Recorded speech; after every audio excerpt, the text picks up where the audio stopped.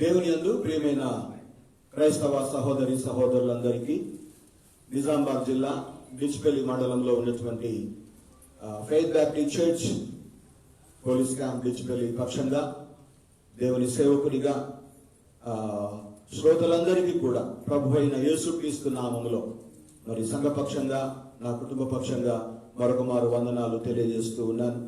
మీరందరూ బాగున్నారని విశ్వసిస్తూ ఉన్నాం. మరి మీ కొరకు మేము ప్రార్థిస్తూ ఉన్నాం. అదే రీతిగా మా కొరకు, మా కుటుంబం కొరకు, సంఘక్షేమం కొరకు, సంఘ పరిచర్య కొరకు మీరు కూడా ప్రతిరోజు మా నిమిత్తమై ప్రార్థించాలని ఆశపడుతూ ఉన్నాను.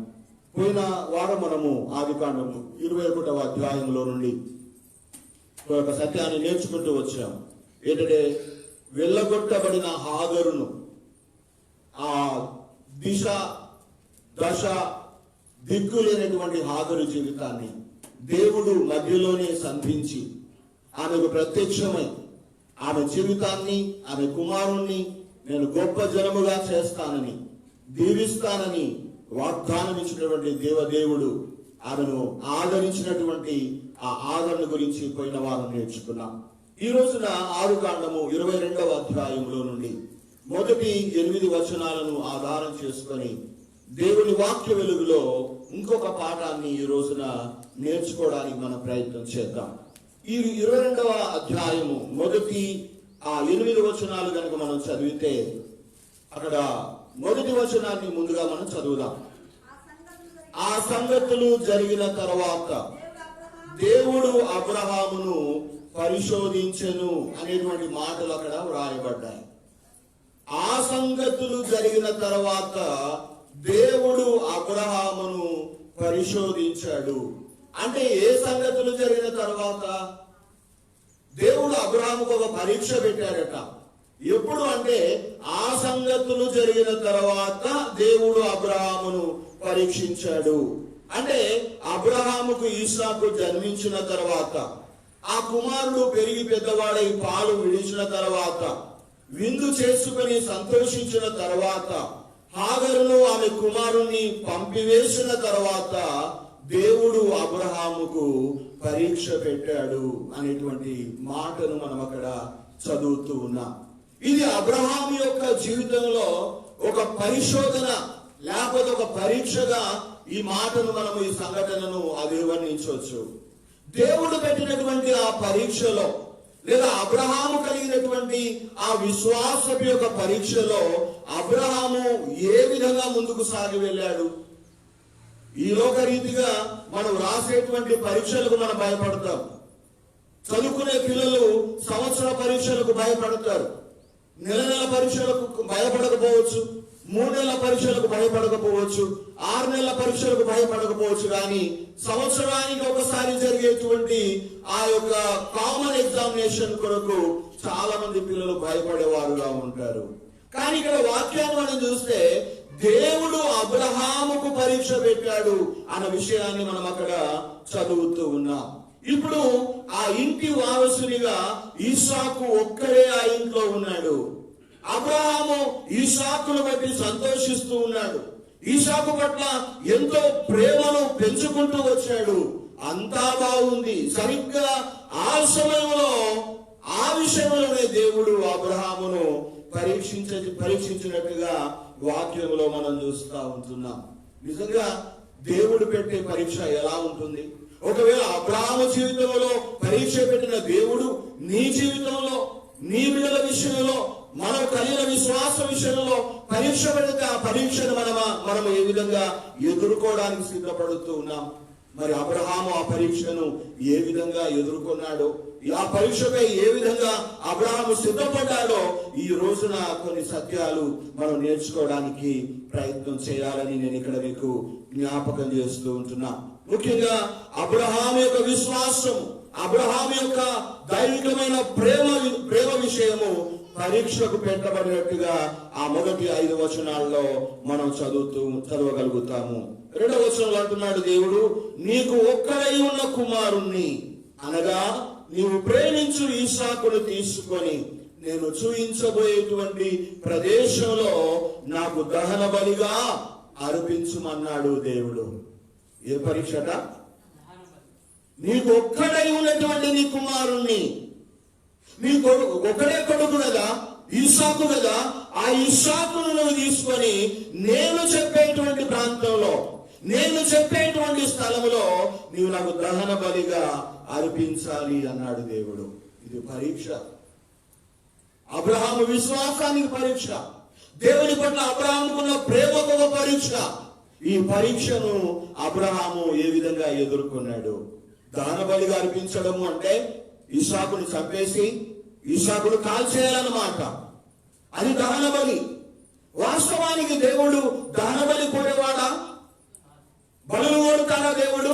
కీర్తన గ్రంథంలో ఉంది, 57వ కీర్తన 16వ వచనంలో ఉంది, దేవుడు దహన బలులు కోరేవాడు కాదు. కానీ వాక్యం ఉంది, దేవుడు అబ్రహామును పరిశోధించాడు. అంటే ఇది పరీక్ష తప్ప దేవుడు నరబలిని కోరే దేవుడు కాదు అన్న విషయాన్ని మనం జ్ఞాపకం చేసుకోవాలి. అయితే అబ్రహాము ఈ పరీక్షలో ఏ విధంగా ముందుకు వెళ్ళాడు, ఏ విధంగా ఆ పరీక్ష కొరకై ఆయన తను తాను సిద్ధపరుచుకున్నాడు, ఏ విధంగా దేవుడు పెట్టిన పరీక్షకు ఆయన స్పందించాడు అన్న విషయాన్ని ఈ రోజున ఒక 4-5 సత్యాల ద్వారా మనం ఈ రోజు పాఠాన్ని మనం ముగించుకోబోతూ ఉంటున్నాం. మొదటిగా దేవుడు పెట్టిన పరీక్షకు అబ్రహాము వెంటనే వేగముగా స్పందించినట్టుగా వాక్యములో మనం చూస్తాం. అంటే నేను ఇప్పుడు కాదు, రేపు నేను చేస్తా, రేపు కాదు వచ్చే నెల నాకు కొంత టైం ఇవ్వు అని అడగలేదు. కానీ దేవుడు పెట్టిన పరీక్షకు అబ్రహాము వేగముగా స్పందించాడు, వెంటనే స్పందించాడు, వెంటనే రెస్పాండ్ అయినట్టుగా మన వాక్యంలో మనం చూస్తాం. దయచేసి 3వ వచనాన్ని మనం చదువుదాం. తెల్లవారినప్పుడు అబ్రహాము లేచి తన గాడిదకు గంత కట్టి తన పనివారిలో ఇద్దరిని తన కుమారుడు ఇస్సాకును వెంట పెట్టుకొని దహన బలి కొరకు కట్టెలు చీల్చి లేచి గమనించాడా? మొదటి 2 వచనాల్లో మనం చూస్తాము, ఆ సంగతులు జరిగిన తర్వాత దేవుడు అబ్రహామును పరిశోధించాడు. ఏ విధంగా పరిశోధించాడంటే, నీకు ఒక్కడే ఉన్న నీ కుమారుని ఇస్సాకును తీసుకొని నువ్వు నాకు దహన బలి అర్పించాలి అని చెప్పడం ఆలస్యం. తెల్లవారింది అనగా రాత్రి దేవుడు అతను దర్శించాడు. ఆ తెల్లవారి ఆ రాత్రి దేవుడు అబ్రహాముతో మాట్లాడినాడు. ఆ తెల్లవారగానే అబ్రహాము లేచి సిద్ధపడి బయలుదేరి వెళ్ళిపోతూ ఉన్నాడు. హల్లెలూయా. ఆలస్యం చేశాడా? ఆలస్యం చేయలేదు. ఆలోచన చేశాడా? ఆలోచన చేయలేదు. చాలామంది అడిగాడా? మనకు తెలియదు. తన వాళ్ళతో సంప్రదించాడా? మనకు తెలియదు. లేకపోతే దేవుణ్ణి అడిగి, అయ్యా లేకపోతే నాకు కొడుకునిచ్చావు, కొంతకాలం ఆగండి, నాకు టైం ఇవ్వండి, నేను ఆలోచన చేసుకొని చెప్తాను అని దేవుని దగ్గర గడువు కూడా కోరలేదు. కానీ దేవుడు ఎప్పుడైతే అబ్రహాముతో మాట్లాడాడో, ఎప్పుడైతే అబ్రహామును సంధించాడో, ఎప్పుడైతే అబ్రహాముకు చెప్పాడో, తెల్లవాడగానే అబ్రహాము లేచాడు, సిద్ధపడ్డాడు, ఇస్సాకు తీసుకున్నాడు, కట్టెలు తీసుకున్నాడు, పనివాళ్ళను తీసుకున్నాడు. దేవుడు చెప్పిన స్థలానికి ఆయన బయలుదేరినట్టుగా వాక్యంలో మనం చూస్తా ఉన్నాం. అంటే దేవుడు చెప్పిన తర్వాత అబ్రహాము ఆలస్యం చేయలేదు, కానీ దేవుని మాటకు వేగముగా స్పందించాడు. అబ్రహాములోని ఈ సిద్ధపాటు, అబ్రహాము యొక్క ఈ స్పందన తన కుమారుని కంటే ఎక్కువగా దేవుని మాటకు విలువ ఇచ్చేవాడని మనకి ఇక్కడ అర్థమవుతూ ఉంది. హల్లెలూయా, హల్లెలూయా. నీ జీవితంలో దేవుడి పైన పరీక్ష పెడితే, నీ గురించి కానీ, నీ భార్య గురించి కానీ, నీ బిడ్డల గురించి కానీ దేవుడు ఒకవేళ పరీక్ష పెడితే, నీవు నీకంటే ఎక్కువగా, నీ వాళ్ళ కంటే ఎక్కువగా, నీ బిడ్డల కంటే ఎక్కువగా దేవుని మాటకే విలువ ఇచ్చేటువంటి అబ్రహాము లాగా స్పందించగలమా మనము? అలా సిద్ధపడగలమా మనము? అలా దేవుడు చెప్పిన మాటకు తల వంచగలమా మనము? ఒకవేళ అబ్రహామును కనుక అడుగుతుంటాడు, నా కొడుకుని ఇవ్వమన్నా ఇస్తాను, నన్ను నేను ఇవ్వమన్నా ఇచ్చేస్తాను అని చెప్పేవాడేమో. ఈ రోజున అబ్రహాముకు దేవుడు పెట్టిన పరీక్షలో ఏ విధంగా సిద్ధపడ్డాడు అంటే, వేగముగా, వెంటనే, ఆలస్యం చేయకుండా, గడువు లేకుండా పూర్తిగా సిద్ధపాటుతో తన కుమారుని కంటే ఎక్కువగా, తనకంటే ఎక్కువగా, తన కుటుంబం కంటే ఎక్కువగా, తనకున్న సంతోషం కంటే ఎక్కువగా దేవుని మాటనే చల్లాలి, దేవుడు చెప్పిన ప్రకారంగానే అది జరగాలి అని పూర్తిగా కోరుకునేటువంటి మనస్తత్వం అబ్రహాములో మనము చూస్తూ ఉంటున్నాం. ఇదే విధంగా దేవుడు మనతో ఏమైనా మాట్లాడి ఏదైనా చేయమని చెప్పినప్పుడు మనం అబ్రహాము వలె వేగముగా స్పందిస్తూ ఉన్నామా? వేగముగా దేవుని మాటకు తల వంచుతున్నామా? వెంటనే దేవుడు చెప్పిన మాట ప్రకారంగా చేయడానికి సిద్ధపడే వారంగా మనం ఉంటున్నామా? లేదా ఆలోచనలు పడిపోయి ఆలోచన చేస్తూ తడువు చేస్తూ ఇంకా గడువు కోరుతూ దేవుడు చెప్పిన మాటను చేయకుండా, ఆ మాటను లోబడకుండా, ఆ మాటకు మనం స్పందించకుండా మనం ఒకవేళ ఆలస్యం చేసే వారమైతే దేవుడు పెట్టిన పరీక్షలో మనం ఫెయిల్ అవ్వడం ఖాయం, మనం ఓటమి చెందుతాం. కనుక ఇక్కడ అబ్రహాము జీవితంలో దేవుడు పెట్టిన పరీక్షకు అబ్రహాము వేగముగా స్పందించాడు, వెంటనే స్పందించాడు. అనగా తన కంటే కూడా ఎక్కువగా, తన ఆలోచన కంటే ఎక్కువగా, తన మాట కంటే ఎక్కువగా దేవుని మాటకే ఎక్కువ విలువ ఇచ్చేటువంటి ఆ తత్వం, ఆ మనస్సు అబ్రహాములో మనం చూస్తున్నాం. గమనించాలి, దేవుడు చెప్పిన మాటకు వెంటనే ఎక్కడైతే స్పందన లభించిందో, వెంటనే ఎవరైతే ఆ మాటకు లోబడ్డారో దేవుని కార్యాలు కూడా వెంటనే జరుగుతూ వచ్చినట్టుగా వాక్యంలో అనేక ఆధారం మనకున్నాయి. మంచుకు ఒక ఉదాహరణ మీకు ఇస్తాను. బైబిల్లో యోహాను సువార్త 2వ అధ్యాయంలో కానా అనే గ్రామంలో ఒక వివాహం జరిగింది కదా. ఆ వివాహములు జరుగుతూ ఉన్నప్పుడు మరియా వచ్చి తన కుమారుని యేసుతో చెప్తుంది, అయ్యా వారికి ద్రాక్ష రసము లేదు, అయిపోయింది అని చెప్పింది. అప్పుడు ఏమన్నాడు యేసయ్య, అమ్మా నాతో నీకేం పని అమ్మా, నా సమయం ఇంకా రాలేదు అని చెప్పాడు. ఆ మరియా వెళ్ళి ఆ పని వాళ్ళకి చెప్పింది, అయ్యా ఆయన ఏం చెప్తే అది చెయ్యండి అని చెప్పేసి వెళ్ళిపోయింది. అయితే కానా ఆ యోహాను 2వ అధ్యాయం 7వ వచనంలో ఉంది, అక్కడ యేసు ప్రభు ఒక మాట చెప్పాడు. ఆ చదువుతారు ఆ మాట, ఆ బాణలను నీళ్లతో నింపుడని వారితో చెప్పగా వారు వాటిని అంచుల మట్టుకు నింపేశారు. చూడండి, యేసు ప్రభు అన్నాడు ఆ రాతి బాణలను నీళ్లతో నింపండి అని చెప్పడం ఆలస్యం. వాళ్ళు ఏం చేశారట?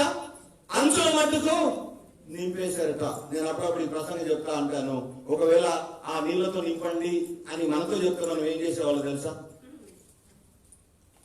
యేసయ్య మినరల్ వాటర్తో నింపాలా, లేకపోతే బోర్ వాటర్తో నింపాలా, సగం నింపాలా, ముప్పావు నింపాలా, వడగట్టి నింపాలా, లేదా వడగట్టకుండా నింపాలా? ఎన్ని ప్రశ్నలు వేసేవాళ్ళము. కానీ ఇక్కడ యేసు ప్రభు ఏం చెప్పాడంటే ఆ రాతి బాణలను నీళ్లతో నింపండి అని చెప్పడమే ఆలస్యం. అంచుల మట్టుకు వాళ్ళు వాటిని నింపివేశారు. అంటే ఎందుకు ఈ మాట జ్ఞాపకం చేస్తున్నానంటే, మన జీవితాల్లో ఇంకా దేవుడు చెబుతున్నాడు, దేవుడు మనతో మాట్లాడుతున్నాడు. ఏం చేయాలో, ఎలా చేయాలో, ఎలా బ్రతకాలో, ఎలా నడుచుకోవాలో, ఎప్పుడు ఎలాంటి ప్రార్థన చేయాలో, ఏ విధంగా ఆయనపై ఆధారపడి ముందుకు సాగాలో, ఏ విధంగా వాక్యాన్ని చదవాలో, ఏ విధంగా వాక్యాన్ని అన్వయించుకోవాలో, దేవుడి బిడ్డగా ఈ లోకంలో ఎలా బ్రతకాలో దేవుడు మనకు అనేక పర్యాయాలు మాట్లాడుతూ వస్తున్నాడు. కానీ దేవుడు చెప్పిన మాటకు మనం వెంటనే స్పందించలేకపోతున్నాం. అబ్రహాము త్వరపడినట్టుగా, అబ్రహాము సిద్ధపడినట్టుగా, అబ్రహాము దేవునికి ఏమని చెప్పాడో, ఎలా చెప్పాడో, ఏ విధంగా చేయమని చెప్పాడో అదే విధంగా చేయడానికి అబ్రహాము స్పందించినట్టుగా మనము స్పందించలేకపోతున్నాం, అలా చేయలేకపోతున్నాం. ఆ కారణంగా దేవుడి యొక్క లేదా ఆత్మీయ జీవితంలో ఎదురైనటువంటి పరీక్షలలో తప్పటడుగు వేయడం జరుగుతుంది. చాలాసార్లు పడిపోతున్నాం, కూలిపోతున్నాం, లేస్తున్నాం కదా. మన జీవిత యాత్రలో, విశ్వాస ప్రయాణంలో అనేక పర్యాయాలు ఆ ఒడుగుడుకులు మన జీవితాల్లో మనకు తటస్థిస్తున్నాయి. కారణం ఏంటో తెలుసా? వేగముగా స్పందించకపోవడం, వేగముగా అనగా వెంటనే దేవుని మాటకు లోబడకపోవడం, దేవుడు చెప్పినట్టుగా చేయకపోవడమే కారణమని నేను ఇక్కడ మీకు జ్ఞాపకం చేస్తున్నా. దేవుడు మనల్ని ఏదైనా చేయమని చెప్పినప్పుడు ఆలస్యం చేయకుండా వేగముగా స్పందించడం నేర్చుకోవాలి.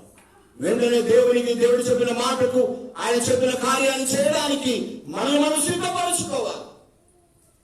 ఇది అబ్రహాములో ఉన్నటువంటి ఒక సుగుణం, అబ్రహాములో ఉన్నటువంటి ఒక మంచి గుణం, మంచి లక్షణం ఏంటంటే దేవుడు చెప్పిన మాటకు పూర్తిగా విధేయత చూపాడు, వెంటనే స్పందించాడు, ఏమాత్రం ఆలస్యం చేయలేదని అక్కడ వాక్యం ద్వారా గ్రహిస్తున్నాం. తెల్లవారగానే అబ్రహాము లేచి సిద్ధపడి బయలుదేరి వెళ్ళిపోయాడు.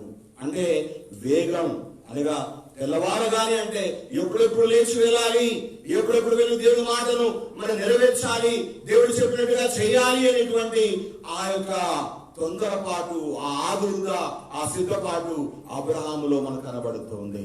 ప్రియ బిడ్డ, నీలో ఇలాంటి సిద్ధపాటు ఉందా? నాలో అలాంటి సిద్ధపాటు ఉందా? మనం ఆ విధంగా స్పందించేటువంటి ఆ యొక్క లక్షణం, అలాంటి ఒక సుగుణం, ఒక విశ్వాసిగా దేవుని బిడ్డగా మనలో ఉందా?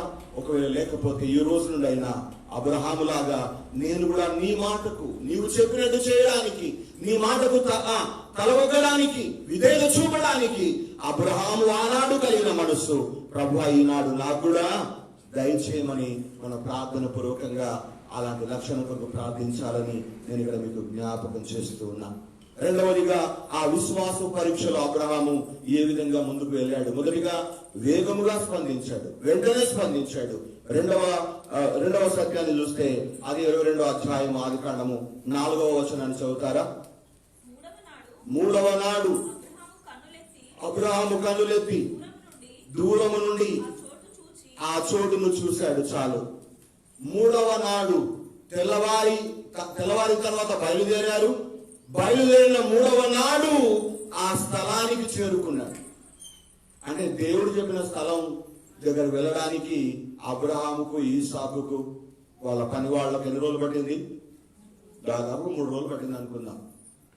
3వ నాడు ఆ స్థలానికి చేరుకున్నాడు.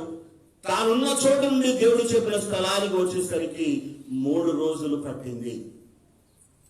రెండవ సత్యం ఏంటంటే ఈ 3 రోజులలో అబ్రహాము ఆలోచనలు ఎంత భయంకరంగా ఉండుంటే, ఈ 3 రోజులలో అబ్రహాము తన నిర్ణయాన్ని ఏమాత్రం కూడా మార్చుకోలేదు. ఒక రోజంతా ప్రయాణం చేసి అబ్బా వదిలే, లేక పుట్టిండు కొడుకు, నేను మళ్ళీ ఇంటికి పోయిన తర్వాత మళ్ళీ దేవుని ప్రార్థన చేస్తా, ప్రభువా ఈసాకు బదులు ఇంకోటి ఏదైనా ఎవరినైనా కోరుకు, ఇంకేదైనా చెప్పు నేను చేస్తా అని చెప్పొచ్చు అని ఒక రోజైన తర్వాత తన నిర్ణయాన్ని మార్చుకోలేదు. 2వ రోజైన తర్వాత తన నిర్ణయాన్ని మార్చుకోలేదు. 3వ రోజు నాడు కూడా తన నిర్ణయాన్ని మార్చుకోలేదు. అంటే ఈ 3 రోజులు బహుశా ఎన్నెన్నో ఆలోచనలు, ఎన్నెన్నో తలంపులు అబ్రహాము హృదయాన్ని, అబ్రహాము యొక్క మనసును కకావికలం చేసి, చిందరవందర చేసి, గందరగోళంతో నింపివేసి, చికాకు పెట్టినా సరే అబ్రహాము దేవుడి మాటకు లోబడ్డాడు.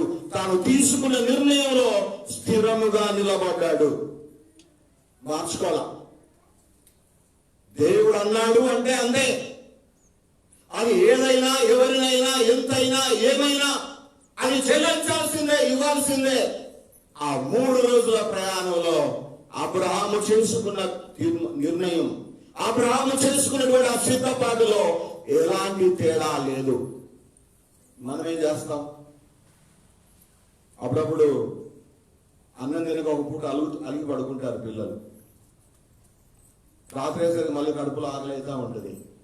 ఎందుకు వద్దానబ్బా మా అమ్మ తినమన్నప్పుడు కూడా వాడికి ఎంతో బాధ కలుగుతుంది. ఆకలి అవుతుంది, నాకు తినమని అన్నది కానీ నేను తినలేదు అని అనుకుంటారు కదా చాలాసార్లు. ఇక మనం చూస్తాము ఆ 3 రోజులు కూడా అబ్రహాము నిర్ణయంలో ఎలాంటి మార్పు రాలేదు. ఒకవేళ ఇలాంటి పరీక్ష దేవుడు మనకు పెడితే మన నిర్ణయాలు ఏ విధంగా ఉంటాయి? ఈ రోజు ఒక నిర్ణయం, రేపు ఒక నిర్ణయం, మళ్ళీ 3వ రోజు ఇంకొక నిర్ణయం. అబ్రహాము వల్ల స్థిరముగా పరీక్షలో నిలబడగలమా? ఆలోచన చేయాలి. చాలా సార్లు మనం నిర్ణయాలు మార్చుకున్నాం కదా. ప్రభువా ఈ మేలు నాకు చేస్తే, నేను అనుకున్న ఈ కార్యం జరిగితే, నేను అనుకున్నట్టుగా అయితే నీకు ఇంత కానుకిస్తాను అనుకుంటాం కదా, మొక్కుబడి చేసుకుంటాం కదా. కానీ ఆ చేసుకున్న మొక్కుబడిని చెల్లించామా? తీసుకున్న నిర్ణయంలో మార్పులు వచ్చాయా? ఒకసారి ఒక పాస్టర్ గారు అనారోగ్యం చేత హాస్పిటల్లో ఉన్నాడట. వాళ్ళ సంఘ విశ్వాసం ఒక లాటరీ టికెట్ కొన్నాడట, 10 లక్షలు లాటరీ టికెట్. అయ్యగారు చూడడానికి వచ్చారట. అయ్యగారు మీరు ఆరోగ్యం బాగుందంటే బాగుంది, ఇంకా రేపు ఇంటికి వచ్చేస్తాను అట్లా ఇట్లా. అయ్యగారు ప్రార్థన చేయండి, ఒక లాటరీ టికెట్ కొనుక్కున్నాను 10 లక్షలది, ఒకవేళ ప్రార్థన చేయండి. అయ్యా నీకు 10 లక్షలు వస్తే ఏం చేస్తావా మరి అని అన్నాడు. మీకు సగం ఇస్తాయి గారు అన్నాడట ఆయన. ఏది మీకు సగం ఇస్తా అంటే 5 లక్షలు ఇస్తాయి గారు అయ్యగారు అయితే పట్టణ పోయినట అని అదే నోరు చచ్చిపోయినాడు ఆయన. అంటే చాలాసార్లు ఏం చేస్తామంటే చేసుకున్న నిర్ణయాలను మార్చుకుంటాం, దానికి ఆల్టర్నేట్ ఏదైనా ఇంకో ప్రతిపాదన చేస్తాం. అలా కాకపోతే ఇలా కాకపోతే ఇంకోలాగా చేయడానికి అవకాశాలు ఉన్నాయో అని ఆలోచన చేస్తాం. కాదు, అబ్రహాము దేవుడు పెట్టిన పరీక్షకు, ఆ పరీక్షలో తాను చేసుకునే నిర్ణయాన్ని ఏమాత్రం కూడా మార్చుకోలేదు. అందుకే యేసు ప్రభువు ఒక మాట అంటాడు, మీ మాట అవునంటే అవును, కాదంటే కాదు. మా పాస్ గారు చెప్పేవాడు, మేక ఈతుందట. ఆ అయ్యగారేమో అంటే ఆ ఇంటి ఆయన దేవా ఆ మేక పిల్ల ఆ మేక ఏ పిల్లని పెట్టినా నేను నీకు ఇచ్చేస్తా అని అడుగుతున్నారు. అరే ససు ఆగో, అది ఆడపిల్లనా మగపిల్లన పుట్టిన తర్వాత నువ్వు మొక్కుకో అని అన్నారు. అంటే చాలాసార్లు ఏంటంటే మనం జర వెనుక ముందు చేస్తూ ఉంటాం. దేవుని కొరకు, దేవుని చెప్పిన వాడిని చేయడం కొరకు ఏదో చేయాలా వద్దా, ఇవ్వాలా వద్దా, వెళ్ళామా వద్దా, చేద్దామా వద్దా అన్నట్టుగా సంశయానికి లోనవుతూ మనం చాలా సార్లు మన నిర్ణయాలను మార్చుకునే వారంగా ఉంటాం. బైబిల్ ఇంకో ఉదాహరణ జ్ఞాపకం చేస్తాం. అనేక సభ్యురాలు మీకు తెలుసు కదా, అపోస్తల 5వ అధ్యాయంలో అనేక సభ్యురాలు ఉంటారు. అనేక సభ్యురాలు కూడా పొలం అమ్మి ఆ దేవుని పరిచయం కొరకు ఇవ్వాలనుకుంటారు. అసలు ఎందుకు ఇవ్వాలనుకున్నారు వాళ్ళు? అనేక సభ్యురాలు భూమి అమ్మేసి ఆ డబ్బులు దేవుని పరిచయం కొరకు ఎందుకు ఇవ్వాలనుకున్నారు? ఒకవేళ ఆ ప్రశ్న వస్తే దానికి జవాబు ఏంటో తెలుసా? 4వ అధ్యాయం చివరిలో ఉంటది. బర్నాబా అనే వ్యక్తి తన పొలాన్ని అమ్మేసి ఆ యొక్క డబ్బులన్నీ తీసుకొచ్చి ఆ అపోస్తల పాదాల దగ్గర పెట్టేస్తాడట. అది చూసినటువంటి అననీయ సభ్యురాలు మేము కూడా చేస్తే బాగుంటుంది అనుకున్నారట. నిజమే, ఒక వ్యక్తి చేసే కార్యం ఇంకొకరికి ప్రోత్సాహకరంగా ఉండాలి, మంచిదే, తప్పనట్లేదు. కానీ అననీయ సభ్యురాలు నిర్ణయం చేసుకున్నారు, పొలం అమ్మేశారు, డబ్బులు కూడా దీనికి తీసుకొచ్చారు. అక్కడ అయింది అసలు సంగతి. తీసుకొచ్చిన తర్వాత బహుశా అని అంటారు, ఏమని అని అంటాడు, మొత్తం ఇచ్చేద్దాము అని. అప్పుడు సభ్యులు ఏమనింటది, మొత్తం ఇచ్చేస్తే మనకెట్లా కదా. అక్కడ తర్జన జరిగింది. రాత్రంతా కూడా ఏం చేద్దాం, ఎలా చేద్దాం, ఎంత దాచిపెడదాం, ఎంత ఇద్దాం అనేటువంటి నిర్ణయాలు అన్ని అయినాయి. ఇంతే ఇద్దాం అనుకున్నారు. ఆ కొంత తీసుకొచ్చి ఇచ్చారు, కొంత ఇంట్లో అట్టి పెట్టేశారు. నేను ఎందుకు ఈ మాట జ్ఞాపకం చేస్తున్నానంటే, దేవుడు చెప్పింది చేసే విషయంలో మనం ఎలాంటి తర్జన భర్జన మనకు ఉండొద్దు. దేవుడు చెప్పింది చేయాలి అంటే వేగముగా స్పందించాలి అబ్రహాము లాగా. రెండవదిగా అది మొదటి రోజైనా అంతే, రెండవ రోజైనా అంతే, మూడవ రోజైనా అంతే, నెల రోజులైనా అంతే. మనం దేవునికి చేసే ఆ కార్యం విషయంలో ఎలాంటి నిర్ణయాల మార్పు ఉండడానికి వీల్లేదు. దేవుడు చెప్పింది చెప్పినట్టుగా, ఎక్కడ చెప్పాడో అక్కడ, ఎంత చెప్పాడో అంత, ఎలా చెప్పాడో అలాగా చేసే విషయంలో మనం చేసుకునే నిర్ణయంలో ఎలాంటి మార్పులు చేర్పులు చేయకూడదని అబ్రహాము పరీక్ష ద్వారా మనం నేర్చుకుంటున్నాం. అబ్రహాము విషయంలో దేవుడు పెట్టిన పరీక్షకు అబ్రహాము వెంటనే స్పందించాడు. రెండవదిగా తను చేసుకునే నిర్ణయాన్ని ఏమాత్రం కూడా మార్చుకోలేదు. మూడవదిగా చూస్తూ ఉన్నాము, 5వ వచనాన్ని కూడా ఒకసారి చదువుతారా? తన పనివారితో, మీరు గాడిదలతో ఇక్కడనే ఉండండి,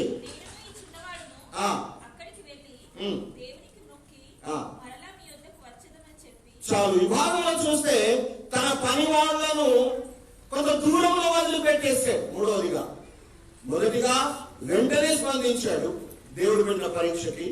రెండవదిగా తన నిర్ణయంలో ఎలాంటి మార్పు చేసుకోలేదు. మూడవదిగా తన పని వాళ్లను దూరంగా పెట్టాడు. పని వాళ్లను ఎందుకు దూరంగా పెట్టి ఉండొచ్చు? ఏమండి,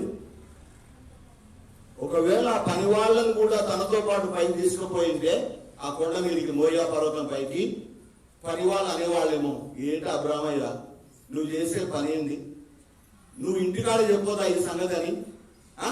మేము అక్కడనే కూర్చొని ఏదో ఒకటి మాట్లాడే వాళ్ళం కదా, ఏదో ఒక ఆలోచన చేసేవాళ్ళం కదా, నువ్వు ఎందుకు ఇంత కఠినమైన నిర్ణయం తీసుకున్నావని చెప్పేసి అబ్రహాము చేసేటువంటి ఆ కార్యాన్ని వాళ్ళు ఆపేవాళ్ళేమో, ఆటంకపరిచే వాళ్ళేమో. కనుక తను చేసేటువంటి, దేవుడు చెప్పిన పని చేసేటువంటి ఆ క్రమంలో ఎవరు ఆటంకపరచకూడదని, ఎవరు ఆ కార్యాన్ని ఆపే ప్రయత్నం చేయకుండా తనకు అడ్డుగా ఉన్న వాళ్ళను, ఆటంకపరిచే వాళ్ళను దూరంగా పెట్టేశాడు అబ్రహాం. అర్థమవుతుందని చెప్పే మాట. దేవుడు పెట్టిన పరీక్షకు అబ్రహాం యొక్క సిద్ధపాటు. చెప్పడమే ఆలస్యం, వెంటనే స్పందించాడు. Okay, done. నువ్వు ఎలా చెప్తే అలా దేవా, నువ్వేం చెప్తే ప్రభు అదే చేస్తాను, నువ్వు ఎంత చెప్తే దాన్ని నిలబడతానని వెంటనే స్పందించాడు అబ్రహాము. రెండవదిగా 3 రోజుల ప్రయాణం చేసిపోయినా తాను చేసుకున్న నిర్ణయంలో ఎలాంటి మార్పులు చేర్పులు లేకుండా జాగ్రత్త పడ్డాడు అబ్రహాము. మూడవదిగా తన పని వాళ్ళు తనను అడ్డుకుంటారేమో అని, ఆటంకంగా తయారవుతారేమో అని, తాను చేసేటువంటి ఆ కార్యాన్ని ఆపివేస్తారేమో అన్న భయముతో ఎటువంటి ఆటంకాలు లేకుండా నిరాటంకంగా దేవుడు చెప్పిన కార్యం జరుగునట్లుగా ఆ ఆటంకపరిచే వారిని దూరంగా పెట్టేశాడు. మీరు ఇక్కడనే ఉండండి, మేము మళ్ళీ వస్తాం మీ దగ్గరికి, మేము పైకి వెళతాం, దేవుని ఆరాధించి వస్తాము, మీరు ఇక్కడనే ఉండండి అని అక్కడే వాళ్ళని ఆపివేసి వెళ్ళినట్టుగా మనం చూస్తూ ఉన్నాం. దేవుణ్ణి ఆరాధించే విషయంలో కానీ, దేవుని సన్నిధికి వెళ్ళే విషయంలో కానీ మనల్ని ఆటంకపరిచేటువంటి వారిని మనం దూరంగా పెట్టగలిగితేనే విశ్వాస పరీక్షలో మనం నెగ్గగలుగుతాం. ఒకవేళ అడ్డం పడే వాళ్ళను, ఆటంకపరిచే వాళ్ళను, లేకపోతే అడ్డుగా నిలిచే వాళ్ళను కూడా మనతో పెట్టుకుంటే మన దారి ఒకటి అవుతుంది, వాళ్ళ దారి ఒకటి అవుతుంది. దేవుడు చెప్పినట్టుగా మనము చేయలేము, ఆ పరీక్షలో మనం నెగ్గలేము అనే విషయాన్ని నేను ఇక్కడ మీకు జ్ఞాపకం చేస్తూ ఉంటున్నా. విశ్వాస పరీక్షలో మనం వేసే ప్రతి అడుగు కూడా కీలకమే. అబ్రహామును అడిగినట్టుగా మనల్ని కూడా అడగకపోయినా, అబ్రహాముకు చెప్పినట్టుగా దేవుడు మన బిడ్డలను దహన బలిగా అర్పించమని అడగకపోయినా, దేవుడు మనల్ని ఏమి చేయమని కోరుతున్నాడో దాన్ని చేయడానికి వెంటనే స్పందిస్తున్నామా? ప్రార్థన చేయాలని దేవుడు చెప్పాడు, ప్రార్థన చేస్తున్నామా? గుడికి వెళ్ళాలని దేవుడు చెప్పాడు, గుడికి వస్తున్నామా? బైబిల్ చదువుకోమని బైబిల్లో ఉంది, దైవ గ్రంథంలో ఆజ్ఞాపించాడు, బైబిల్ గ్రంథాన్ని చదువుతూ ఉన్నామా? దేవుడికి సంబంధించిన ఆ కార్యక్రమాలు, ఆ పనుల్లో, ఆ భారాల్లో మన యొక్క సహకారాన్ని అందిస్తున్నామా? దేవుడు ఏమడుగుతున్నాడు మనల్ని? మన ప్రాణాలు అడుగుతున్నాడా? మన బిడ్డలు అడుగుతున్నాడా? మనకు పిల్లలు అడుగుతున్నాడా? ఏమడుగుతున్నాడు దేవుడు? తన చిత్తాన్ని జరిగించమని, తన చిత్తాన్ని చేయమని దేవుడు మనం అడుగుతున్నాడు. కానీ ఆనాడు అబ్రహాం అయితే తన కుమారుని ఉన్నప్పుడు ఇచ్చేశాడు, ఇవ్వడానికి సిద్ధపడ్డాడు, తన నిర్ణయాన్ని మార్చుకోలేదు, అడ్డుపడే వాళ్ళను దూరం ఉంచాడు. నిజంగా తను ఎంత జాగ్రత్తగా ఆ పరీక్షకు సిద్ధపడ్డాడు అబ్రహాం. ఈ రోజున దేవుడు చెప్పింది చేయడానికి నేనే విధంగా సిద్ధపడుతున్నాను, మీరే విధంగా సిద్ధపడుతున్నారు? ఏ విధంగా దేవుడు చెప్పింది చేయడానికి మనం సిద్ధపరుచుకుంటున్నాం? మనం ఆలోచన చేద్దాం. ఆనాడు నయమాను అనే కుష్ఠరోగి యోర్దాను నదిలో పోయి మునగరా బాబు 7 సార్లు, నువ్వు బాగవుతావంటే కోపంతో తిరిగి వెళ్ళిపోయాడు వెనక్కి కదా, వెళ్ళిపోయాడు. కానీ మళ్ళీ ఆయన దాసులు చెప్తే వచ్చి మునిగాడు అనుకుంటే తర్వాత ఈ విషయం మనం కూడా చాలా సార్లు ఏదైనా చేయమని చెప్తే ఎలా పోయేవారు, మీ గుడిగా రావాలా, ఇంకా వేరే చర్చలు చాలా ఉన్నాయని చెప్పుకుంటా అనుకుంటాం మన లోపల కదా. కానీ వాక్యం చెప్తున్నాడు, దేవుడు చెప్పింది మనం ఏం చేయమని చెప్తున్నాడో, ఎలా చేయమని చెప్తున్నాడో, ఎప్పుడు చేయమని చెప్తున్నాడో అది చేయడానికి మనం స్పందిస్తున్నామా? వేగంగా వెంటనే స్పందిస్తున్నామా? ఆలస్యం చేస్తున్నామా? రెండవదిగా మనం చూస్తున్నాం, నిర్ణయాన్ని మార్చుకుంటున్నావా? ఈ రోజు కాదులే రేపు చేస్తాను, రేపు కాదులే ఎల్లుండి చేస్తాను, ఈ వారం వదిలే ఇంకో వారం వెళ్తాను. చాలాసార్లు విశ్వాసంలో పరిస్థితి ఎటువంటి వారంలో 3 ప్రార్థనలు ఉన్నాయి అనుకోండి, గురువారము లేదా బుధవారము, శుక్రవారం, ఆదివారం. అబ్బా 3 రోజులు గుడికి రావాలా, పోవాలా? ఆదివారం కూడా అయిపోతుంది కదా, అందరం వాళ్ళు లేకపోలేదు. అంత బద్ధకమా? అంత బద్ధకమా?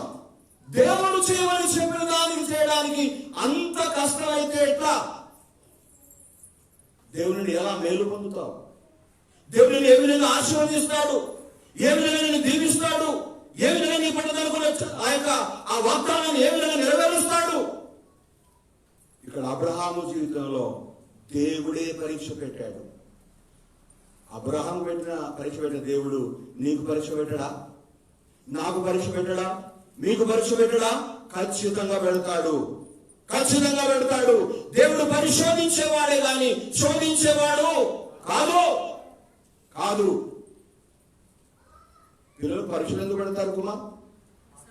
పాస్ అయ్యి ఇంకో పై తరగతికి వెళ్ళాలని, అంతేనా? వాడు ఫెయిల్ కావాలని పెడతారా? కాదు, కాదు. మన జీవితాల్లో కూడా, మన ఆత్మీయ బ్రతుకుల్లో కూడా దేవుడు పెట్టే పరీక్షలన్నింటిలో కూడా మనం విజయం పొంది ఆ పరీక్షలోనే కాదంటే అబ్రహాములో ఉన్నటువంటి ఈ గుణగణాలు, ఈ మంచి లక్షణాలు మన జీవితాల్లో కూడా మనం కలిగి ఉండాలి. ఏంటంటే అవి వెంటనే మనం ఇది తుది వరకు నిలిచి చేసుకున్న నిర్ణయాలు, పగలు చేసుకున్న నిర్ణయాలు రాత్రి మారిపోతాయి, రాత్రి చేసుకున్న నిర్ణయాలు తెల్లారి కల్లా మారిపోతాయి. అప్పుడప్పుడు మా అయ్యగారు కథ చెప్తా ఉంటాడు. ఒకసారి కుక్కకు ఎవరు అన్నం పెట్టలేదట, కుక్కకు తిండి దొరకలేదట. ఆకలి తట్టుకోలేక వాళ్ళ ఇంట్లో వచ్చి తినేసిందంట అన్నం. ఇంట్లో పోయి ఆ ఇంటి ఆయన చూసి దాన్ని బాగా కొట్టాడట. బాగా అంటే మామూలు కొట్టాడమ్మా, బాగా కొట్టాడట. అది కుయ్యో కుయ్యో నడుచుకుంటూ అటు పోయి రోడ్డు మీద పోతూ రోడ్డు అటు పోయి అనుకుంటుందట, ఇట్లా కాళ్ళు ముడుచుకొని పడుకుంటుంది కుక్క. కాళ్ళు ముడుచుకొని పడుకొని ఏ బతుకు నా బతుకు, కుక్క బతుకు, ఎవ్వడు పెట్టాడు ఆకలైనా కానీ ఏదో ఆకలి తట్టుకోలేకపోయి ఇంకా బుక్కడు తింటే నన్ను వీపంతా పగలగొట్టాడు, ఈ బతుకు నాకు వద్దు. ఇంకోసారి ఆకలి ఎంతేసినా సరే, ఆకలితో చచ్చిపోయినా సరే, ఇట్లాగే పడుకుని నేను పడుకున్నట్టే పోయినా సరే నేను మాత్రం ఇంకోసారి దొంగతనం చేయనని చెప్పి గట్టి నిర్ణయం తీసుకుందట. దొంగతనం మాత్రం చేయను. గంట అయింది, 2 గంటలైంది, 3 గంటలైంది, 4 గంటలైంది. మళ్ళా లేచి ఇట్లా అన్నదట, కాలు చేతులు ఇట్లా అనేసరికి చేసుకుని నిర్ణయం అది బయటకు వెళ్ళిపోయింది. మళ్ళా వెతుకుంటూ ఇంకా ఇంటి కోసం పోతూ ఉందట. అంటే చాలా సార్లు మన నిర్ణయాలు కూడా ఆ విధంగానే ఉంటాయి. ఆదోరణలో ఎంత నిక్కచ్చిగా ఉంటారో కదా, ఇంత పబ్బతి పడినట్టే ఉంటారు కదా. తీరా గేడు దాటితే వెళ్ళిపా దేవుడి ఇటు మనమటు. చాలా సార్లు మన నిర్ణయాలు మార్పులు ఉంటాయి, కానీ అబ్రహాం చేసుకున్న నిర్ణయంలో ఎలాంటి మార్పు లేదు. మూడోదిగా చూసాము, ఆటంకపరిచే వాళ్లను ఏం చేశాడు? అబ్రహాము దూరంగా ఉంచాడు. అవును, మన జీవితాల్లో, మన బ్రతుకుల్లో, మన విశ్వాస ప్రయాణంలో దేవుడు పెట్టే పరీక్షలు మనం నెగ్గాలంటే ఈ 3 లక్షణాలు మనలో ఉండాలి. అందుకే హెబ్రీ గ్రంథకర్త అంటాడు, హెబ్రీ పత్రిక 12వ అధ్యాయం 2వ వచనం అంటాడు, ఏమంటాడు? మనము కూడా ప్రతి భారమును సులువుగా చిక్కులబెట్టు ప్రతి పాపమును విడిచిపెట్టి చదువుతారా? విశ్వాసమును కర్తవ్యం దాన్ని కొనసాగించువాడునైనా యేసు వైపు చూచుచు మన ఎదుట ఉంచబడిన పరుగు పందెములో ఓపికతో పరిగెత్తి ముందుకు వెళ్ళిపోదాం. విడిచిపెట్టేవి విడిచిపెట్టాలి, వదిలిపెట్టేవి వదిలిపెట్టాలి. ఆటంకపరిచే వాటిని మనం ఎంతకాలం మోయగలుగుతామండి? కనుక ఈ ఆటంకపరిచేవారు ఆటంకపరచకుండా ముందుగానే అబ్రహాం వాళ్ళని ఏం చేశాడు? దూరం పెట్టేశాడు. ఇది అబ్రహాము దేవుడు పెట్టిన పరీక్షకు ఉన్న సిద్ధపాటు. అదేవిధంగా ఆ అబ్రహాము విషయంలో దేవుడు పెట్టిన పరీక్షలో అబ్రహాం ఏ విధంగా ముందుకు సాగిపోయాడట? ఆ పరీక్షలో తన విశ్వాసాన్ని కనపరిచాడు, సిద్ధపడ్డాడు, స్పందించాడు, నిర్ణయం మార్చుకోలేదు, ఆటంకపరిచేవారు దూరం పెట్టాడు. పైగా దేవుడు పెట్టిన పరీక్షలో తన విశ్వాసాన్ని అబ్రహాము వ్యక్తపరిచినాడు. ఎట్లా వ్యక్తపరిచినాడు? దయచేసి ఆదికాండం 22వ అధ్యాయము 5వ వచనాన్ని మరొకసారి చదువుదాం.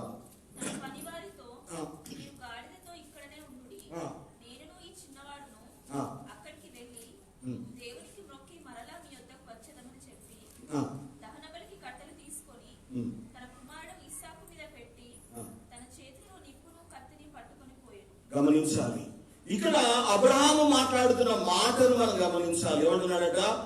మీరు ఇక్కడనే ఉండండి, నేను ఈ చిన్నవాడు దేవునికి మొక్కి మరలా మీ యొద్దకు వచ్చేదము. ఆ మాటలో మనం గమనించాలి, నేను ఈ చిన్నవాడు వెళ్తాము, పైన దేవుని ఆరాధిస్తాము, ఆయన ఆరాధించి ఆయన మొక్కి ఆయన పూజించి మేము మళ్ళీ కిందికి వస్తాను అనట్లేదు. అబ్రాహాము తెలుసు ఇస్సాకును అక్కడ చంపాలి, దాని వరకు అర్పించేయాలి. కానీ అబ్రాహాము మాటలు నేను ఒక్కనే వస్తాను అనట్లేదు. ఏమంటున్నాడు? మళ్ళీ మేము ఇద్దరము మళ్ళీ వస్తాం, ఇద్దరం పోతాము, దేవుని ఆరాధిస్తాము, దేవుని మొక్కుతాము, దేవుడు చెప్పింది చేస్తాము, మళ్ళీ ఇద్దరం కిందికి వస్తాము. హల్లెలూయా. అంటే అబ్రహాము దేవుడు పెట్టిన పరీక్షల్లో ఒక గొప్ప విశ్వాసం కలిగి ఉన్నాడు. ఏంటంటే తన కుమారునితో తిరిగి నేను వస్తాను. నా కుమారుని దేవుడు అడిగినాడు, దాన్ని మరి అర్పించమన్నాడు, నేను అర్పించడానికి వెళుతున్నాను, కానీ నా కుమారునితో మళ్ళీ తిరిగి కిందికి వస్తా. ఎంత గొప్ప విశ్వాసం అండి అబ్రహాము విశ్వాసం! ఎంత బలమైన విశ్వాసము అబ్రహాము విశ్వాసం! ఈ రోజున అందుకే ఆయన విశ్వాసులకు తండ్రిగా, దేవునికి స్నేహితుడిగా ఆయన పిలువబడ్డాడు. ఆ విశ్వాస యోధుడు ఈ రోజున అబ్రహాము యొక్క సంతానముగా అంగీకరించబడినటువంటి మనమందరము దేవుని కుమారులం, దేవుని కుమార్తెలం. దేవుడు చెప్పింది చేయడానికి మనం వేగముగా స్పందించి మన నిర్ణయంలో మార్పు లేకుండా ఆటలపరిచి వారిని దూరంగా పెట్టి దేవుడు చెప్పిన పని మనం చేసినప్పుడు దేవుడు మన విశ్వాసాలను బలపరుస్తాడు. అబ్రహాము విశ్వాసాన్ని దేవుడు బలపరిచినాడు. అబ్రహాం అంటున్నాడు, నేను నా కుమారునితో తిరిగి వస్తాను. అవును, అబ్రహాం యొక్క విశ్వాసం గురించి హెబ్రీ పత్రికలో ఒక మాట ఉంది. ఆ మాట మనం చదువుదాం. హెబ్రీ పత్రిక 11వ అధ్యాయము 19వ వచనాన్ని ఒకసారి చదువుదాం. అబ్రహాము శోధింపబడి విశ్వాసమును బట్టి ఇస్సాకును బలిగా అర్పించెను. ఎవడు ఆ వాగ్దానమును సంతోషంతో అంగీకరించెనో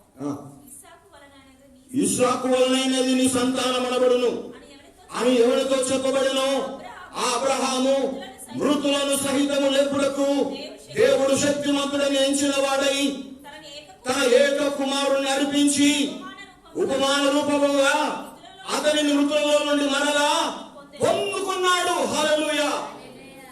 అబ్రహాము విశ్వాసుడు ఎంత చక్కగా మాట్లాడుతున్నాడో! అంటే నా కుమారుని బలిగా అర్పించిన తర్వాత కూడా మృతులను సహితము లేపుటకు దేవుడు శక్తిమంతుడని ఎంచిన వాడై తన ఏక కుమారుణ్ణి అర్పించినాడు. వాడు అర్పించలేదు ఆది కాండంలో, కానీ హెబ్రీ పత్రికలో మనం చదువుతున్నాం అర్పించేశాడు. అంటే ఎప్పుడైతే ఆ విశ్వాసం కలిగి ఉన్నాడో దేవుడు చెప్పిన పని అబ్రహాము చేసేసాడు. తన కుమారుని అర్పించినట్టే లెక్క. నిజముగా అక్కడ మనం చూస్తే దేవుడు మృతులను సహితము లేపుటకు శక్తి గలవాడని అబ్రహాము విశ్వసించాడు. అందును బట్టి పర్వతం మీద ఇస్సాకును దహన బలిగా అర్పించిన తర్వాత వెంటనే దేవుడు మృతులలో నుండి నా కుమారుని లేపుతాడు, ఇద్దరం తిరిగి వస్తామని విశ్వాసం కలిగి ఉన్నాడు. ఆ పొటేలు దేవుడు ఇస్తాడు ఇక్కడ అబ్రహాము తెలియదు ఇంకా అప్పటికి కదా, అది ప్లాన్ లో ఉందో లేదో ఆయనకు అర్థం కాలేదు. కానీ ఒక నమ్మకం మాత్రం ఉంది, ఏంటంటే నేను పైకి వెళ్తాము, అక్కడ ఇస్సాకు నేను కత్తి ఆ కట్టెల మీద పడుకోబెడతాను, నా కత్తి తీసుకొని చంపేస్తాను, కాల్చేస్తాను, ఆ తర్వాత దేవుడు చచ్చిపోయిన నా కుమారుని లేపుతాడు, మేము తిరిగి కిందికి మళ్ళీ వస్తామన్న బలమైన విశ్వాసం మాత్రం అబ్రహాం కలిగి ముందుకు సాగి వెళ్ళాడు. ఆ పరీక్షలో నీవు కూడా నువ్వేం పోగొట్టుకుంటున్నావో, దేవుడి నిమిత్తం ఏం కోల్పోతూ ఉన్నావో, దేనైతే నువ్వు దేవుని కొరకు దేవుడు చెప్పినట్టుగా సమర్పిస్తున్నావో, దానిని మరలా పొందుకుంటావనే విశ్వాసం, రెండంతల ప్రతిఫలం దేవుడు ఇస్తాడు అనేటువంటి ఆ బలమైన నమ్మకం, ప్రియ దేవుని బిడ్డ, నువ్వు కలిగి ఉన్నావా? ఆ విశ్వాసం నీలో నాలో ఉందా? అబ్రహాములో అలాంటి విశ్వాసం చూస్తున్నా. ఆ సంగతి జరిగిన తర్వాత దేవుడు అబ్రహామును పరిశోధించెను. ఈ పరీక్షలో అబ్రహాము సిద్ధపాటు చూడండి, వెంటనే స్పందించాడు. 3 రోజులంత నిర్ణయాన్ని మార్చుకోలేదు. ఆటంకపరిచే వాళ్లను దూరంగా పెట్టేశాడు. 4గా చూస్తూ ఉన్నాము, పని వాళ్లతో మాట్లాడిన మాటల్లో ఒక బలమైన విశ్వాసాన్ని అబ్రహాము వ్యక్తపరిచాడు. ఆ వ్యక్తం చేసిన విశ్వాసాన్ని దేవుడు కూడా చూసి ఉంటాడు కదా. అందుకే ఎబ్రీ 11:6 మనం చదువుతాం కదా, విశ్వాసం లేకుండా దేవుడికి ఇష్టం ఏమిట అసాధ్యము. అప్పుడు అబ్రహాం విషయంలో దేవుడు ఎంత సంతోషించాడో, ఎంత ఆనందించాడో, అబ్రహాంలోని విశ్వాసాన్ని బట్టి దేవుడు ఎంత ఘనపరచబడ్డాడో. నిజంగా ఎంత గొప్ప విషయం, ఎంత గొప్ప విశ్వాసం అబ్రహాము విశ్వాసం. అలాంటి విశ్వాసం మనలో ఉందా? అలాంటి బలమైనటువంటి ఒక నమ్మకం మనం కలిగి ముందుకు సాగుతున్నాము. అసలు అన్నీ ఉంటాయి కానీ విశ్వాసం చాలా బలీనంగా ఉంటాం. మనం విశ్వాసంలో చాలా బలీనంగా ఉంటాం. కానీ విశ్వాసం ఎప్పుడు బలంగా ఉండాలి అంటే పరీక్షల్లోనే బలమైన విశ్వాసం కనపరచాలి. అన్ని ఉన్నప్పుడు కాదు, అన్ని మంచి ఉన్నప్పుడు కాదు నీ విశ్వాసం చూపించేది. కష్టాల్లో ఉన్నప్పుడు, బాధల్లో ఉన్నప్పుడు, రోగంలో ఉన్నప్పుడు, జబ్బుతో ఉన్నప్పుడు, శ్రమలో ఉన్నప్పుడు నీ విశ్వాసం ఏంటో బయటపడాలి. అబ్రహాం యొక్క పరీక్షలో అబ్రహాం విశ్వాసం వ్యక్తం చేయగలిగినాడు, బయట పెట్టినాడు. నేను నా కుమారుడు వెళతాము, ఆరాధిస్తాము, తిరిగి మళ్ళీ కిందికి మీ దగ్గరికి వస్తామన్నాడు. ఎంత మంచి విశ్వాసం. 2 విషయాలు కూడా చూద్దామా దయచేసి? అదే 22వ అధ్యాయము 6 నుండి 8 వచనాల వరకు చదవండి. దహనబలికి కట్టెలు తీసుకొని తన కుమారుడు ఇస్సాకు మీద పెట్టి తన చేతితో నిప్పును కట్టెని పట్టుకొని పోయాడు. వారిద్దరూ కూలి వెలుచుండగా ఇస్సాకు తన తండ్రి అయిన అబ్రహాముతో నా తండ్రి అని పిలిచెను. అందుకతడు ఏమి నా కుమారుడా అనెను. అప్పుడు అతడు నిప్పును కట్టెలు ఉన్నవి గాని దహనబలికి గొర్రెపిల్ల ఏదని అడగగా అబ్రహాము నా కుమారుడా, దేవుడే దహనబలికి గొర్రెపిల్లను చూచుకొనునని చెప్పాను. చాలు. ఈ భాగంలో తండ్రి కొడుకు ఇద్దరు ఆ కొండ ఎక్కుతూ వెళుతూ ఉండగా ఇస్సాకు తండ్రితో మాట్లాడుతున్నాడు. తండ్రి అనగానే, ఏంటి నా కుమారుడు చెప్పు ఇస్సాకు అని అన్నాడు. అప్పుడు ఇస్సాకు అన్నాడు, అయ్యా దహన బలికి కట్టెలున్నాయి, నేను మోసుకుంటూ వస్తున్నా, నిప్పు నీ చేతిలో ఉంది, కానీ దహన బలి గొర్రెపిల్లేది అని అడిగాడు ఆయన. ఎవరు? ఇస్సాకు. అంటే ఈ మాట అడిగాడు అంటే ఇస్సాకు చిన్నపిల్లవాడేం కాదనమాట. ఇస్సాకు చిన్నపిల్లవాడేమి కాదు. మంచి ఆలోచన చేసి లేకపోతే ఏమంటారు, ఆలోచన చేయగలిగిన వయసులో ఉన్నాడు అనమాట. అంటే కట్టెలు ఎందుకు, నిప్పు ఎందుకు, దహన బలి ఏం చేస్తున్నారు, ఇవన్నీ కూడా ఇస్సాకు బాగా తెలుసు. అంటే బాగా మంచి వయసులో ఉన్నాడు అన్నమాట ఇస్సాకు కూడా. అయితే ఇటువంటి ప్రశ్న అడగగానే అబ్రహాం మనసు ఏమైంటుంది? అబ్రహాం మనసులో ఒక కత్తి తీసుకుని అబ్రహాము గుండెల మీద కూర్చున్నట్టు కాలేదు. చంపబోయే కొడుకు తండ్రిని అడుగుతున్నాడు, దహన బలికి గొర్రెపిల్ల ఏది, కట్టెలు ఉన్నాయి, నిప్పు ఉంది, తండ్రి గారు గొర్రెపిల్ల ఏది? ఏం చెప్తాడు ఆ ప్రశ్నకు జవాబు ఏమని చెప్పగలడు? ఆ గొర్రెపిల్ల నీవే ఇస్సాకు అని చెప్తాడా? నిన్నేరా బాబును చంపబోయేది నేనే అని కన్నీళ్లు కానుతూ చెప్పగలడా? ఒక సందిగ్ధావస్థలో, ఒక డైలమాలో జవాబు ఇవ్వలేనటువంటి ఒక ప్రశ్న అబ్రహాం మనసు, ఆయన గుండెను పిండి చేస్తా ఉంది. ఒక విధంగా సమాధానము లేని ప్రశ్న, సమాధానము చెప్పలేని ప్రశ్న. కానీ విశ్వాస వీరుడైన అబ్రహాము తన గుండెల్లో పొంగి పొర్లుతున్న దుఃఖాన్ని దిగమింగుకుంటూ, ఆ కన్నీళ్లను లోపలే అదుముకుంటూ ఒక మాట చెబుతూ ఉన్నాడు, దేవుడే దహన బలికి గొర్రె పిల్లను చూసుకుంటాడు. యెహోవా ఈరే, యెహోవాయే చూసుకొనును. దేవుడే చూసుకుంటాడు. మనకు అవసరం లేదు, మనమైతే పోదాంపా అని చెప్పేసి అడుగులు ముందుకు వేశారు. విశ్వాసం అంటే ఇదే కదా. దేవుడు చూసుకునే దేవుడు, చూసే దేవుడు, సమకూర్చే దేవుడు. తన బిడ్డల హృదయంలో రగులుతున్నటువంటి దుఃఖాన్ని, పొంగి పొందుతున్న బాధలను చూసే దేవుడు, వారిని ఆదరించే దేవుడు. అంటే ఆ మాటకు అర్థం ఏంటంటే దేవుడే తనకు కావలసిన వాటిని తానే ఏర్పాటు చేసుకుంటాడు అని అర్థం. నేను మనం వెళ్తున్నాం అంతేగాని అక్కడ ఏం చేయాలో, ఎలా చేయాలో, ఏ విధంగా జరుగుతుందో, ఏం జరుగుతుందో, ఎలా జరుగుతుందో అవన్నీ ఏర్పాటు చేసేవి ఆయనే. ఆయన ఎవరో తెలుసా? చూసే దేవుడు, చూసుకునే దేవుడు. ఈ భాగంలో అబ్రహామిక విశ్వాసం రెండు విధాలుగా కనబడుతూ ఉంది. నా కుమారుని అర్పిస్తే దేవుడు చచ్చిపోయిన నా కుమారుణ్ణి తిరిగి లేపుతాడు. రెండవది, అర్పించవలసిన అవసరం లేకుండా వేరొక మార్గాన్ని దేవుడే ఏర్పాటు చేస్తాడు. రెండు రకాల విశ్వాసం. నా కుమారుని చంపినా దేవుడు లేపుతాడు అన్న విశ్వాసం 5వ వచనంలో చూసాం కదా. నేను మళ్ళీ వస్తాను. కానీ 6, 8 వచనాల్లో చూస్తే సొంత కొడుకు అడుగుతున్నాడు, అన్నీ ఉన్నాయి కానీ గొర్రెపిల్ల ఏది అంటే అబ్రాహాము విశ్వాసం తెలుసా? ఇదిగో అర్పించాల్సిన అవసరం లేకుండా వేరొక మార్గాన్ని కూడా దేవుడే ఏర్పాటు చేస్తాడు అన్న విశ్వాసం. నీ జీవితంలో, నా జీవితంలో ఇలాంటి విశ్వాసం కలిగి ముందుకు సాగి వెళుతున్నామా? అబ్రాహాము వల్ల దేవుడు నిన్ను, నన్ను, మనల్ని పరీక్షిస్తే ఇటువంటి విశ్వాసం మనం కలిగి ఉండగలమా? ఆనాడు విశ్వాస పరీక్షలో అబ్రాహాము నిలబడ్డాడు. దేవునికి ఇష్టునిగా, విశ్వాసులకు తండ్రిగా దీవించబడ్డాడు.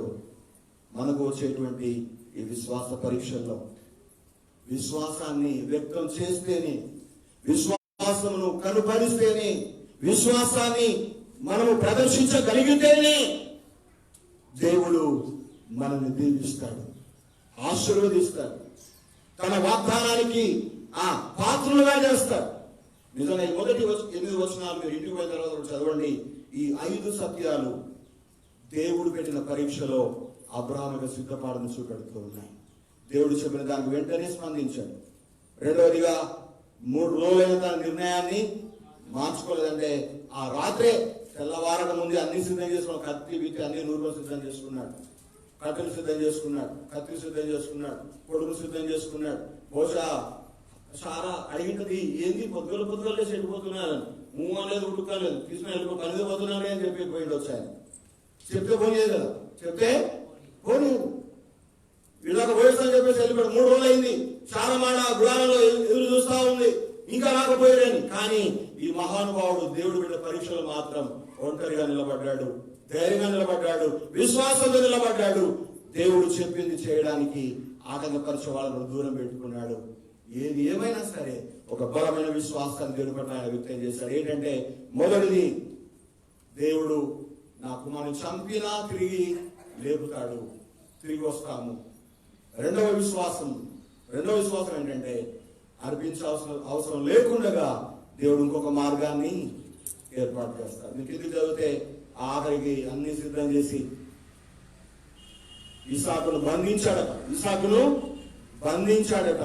అంటే కాళ్ళు చేతులు కట్టేసి ఆ కట్టెల మీద పెట్టాడు. అప్పుడు ఇసాకు అర్థమైంది, గొర్రెపిల్ల నేనే అని. ఏంటి నాన్న, నువ్వే చంపుతావా?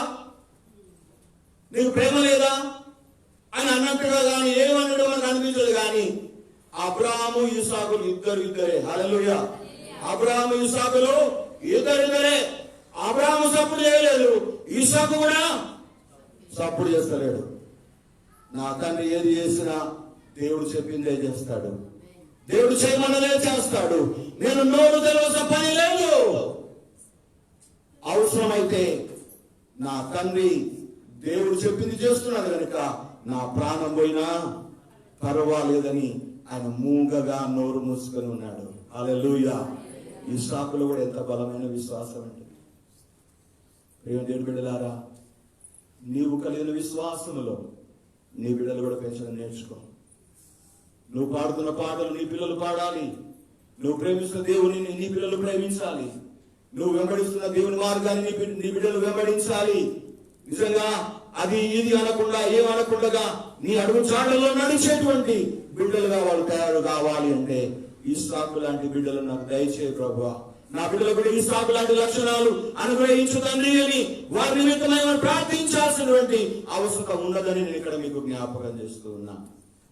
ఈ ఆదికాండ గ్రంథ ధ్యానాల్లో ప్రతి ఆదివారం నేర్చుకుంటున్న ఈ సత్యాలు మీ జీవితాలు ఎలా ఉన్నాయో కానీ నా ప్రతి ఆదివారం నా ప్రసంగం లేదా నేను చేసేటువంటి ఈ యొక్క సందేశం వ్యక్తిగతంగా నేను బలపడుతూ ఉన్నాను, వ్యక్తిగతంగా నేను నేర్చుకుంటున్నాను, వ్యక్తిగతంగా నేను సిద్ధపడుతూ ఉన్నాను. ఆ తర్వాత నా బిడ్డలు కూడా ఆ రీతిగా సిద్ధపడాలని ప్రార్థిస్తూ ఉన్నాను. అబ్రహాముకు దేవుడు పెట్టిన పరీక్షలో అబ్రహాము సిద్ధపాటు గురించి ఈరోజు నేర్చుకున్నాం. 5 విధాలుగా మనం చూస్తాం కదా. వెంటనే స్పందించాడు.